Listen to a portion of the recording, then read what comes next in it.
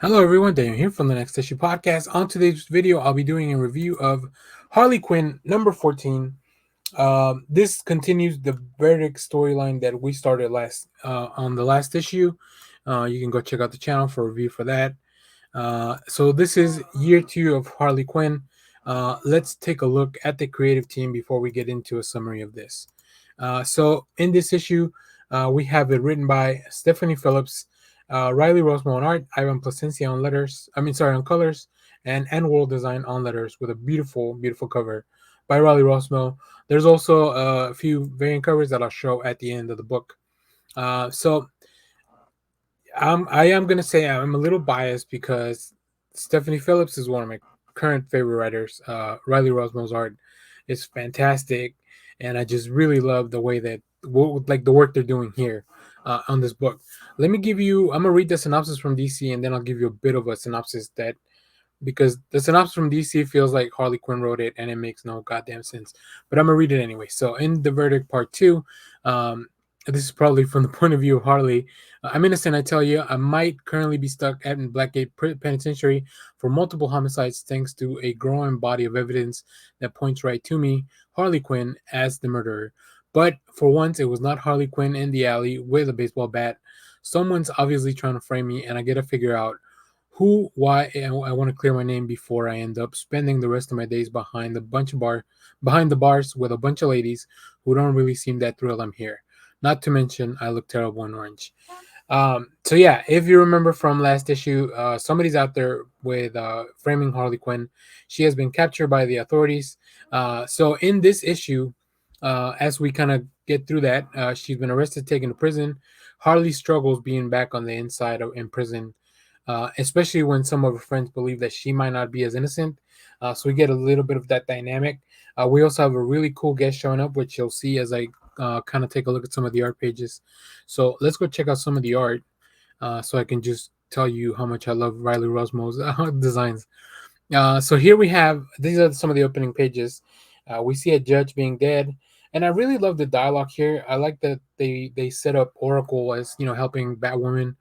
Um, as they kind of look over Gotham, and this dialogue really catches you up on what's going on, but also really tells you and fills in a lot of the tone of the book. And I just like I said, I love Riley Rossmo's designs. They're so stylized. They're so like non-traditional comics.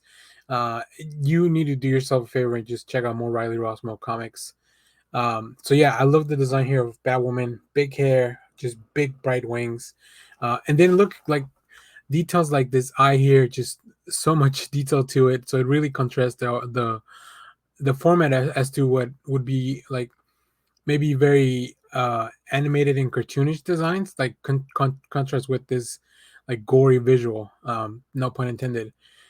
Then I did as I was reading. I don't usually add any arrows or anything, but there's this shot of Batwoman on the roof, and just the attention of detail, like this person that's kind of chasing her or keeping an eye on Batwoman, and she knows she's out there. So like, look, like this is a very blink and you miss type of moment. If you're one of those people that kind of speeds through the comics, it took me until I was putting this together. So I wanted to point out just like all the detail that's been here. Then you can see at her feet, you can see the shadow of that individual in the water, the reflection.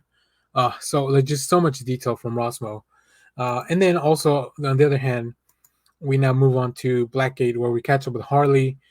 I love the way that the team is just doing her, like the way she thinks about stuff and her imagination and just her inner dialogue. It's not really inner dialogue in this case because it really comes out throughout all these little figurines and everything that she's kind of imagining. But that doesn't mean that we won't get any cool action. There's some really cool fights because Batwoman realizes something's up and goes to the prison to check on Harley and talk to her. Um, there's also a big conversation with Harley and one of her friends, who also seems to be struggling, and there may be more to some of that stuff, but I don't want to give too much away.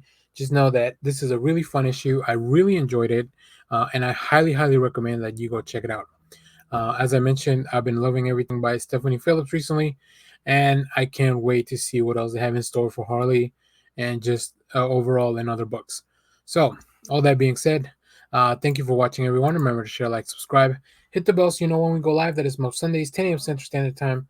Stay tuned because we have more trailer reactions, comic reviews, movie reviews, and TV recaps, all that good stuff here on the channel. Check out our live episode upcoming. We'll be talking about The Batman. And let's go take a look at some variant covers as we get out of here. But as always, thanks for watching, everyone. Bye-bye. Bye.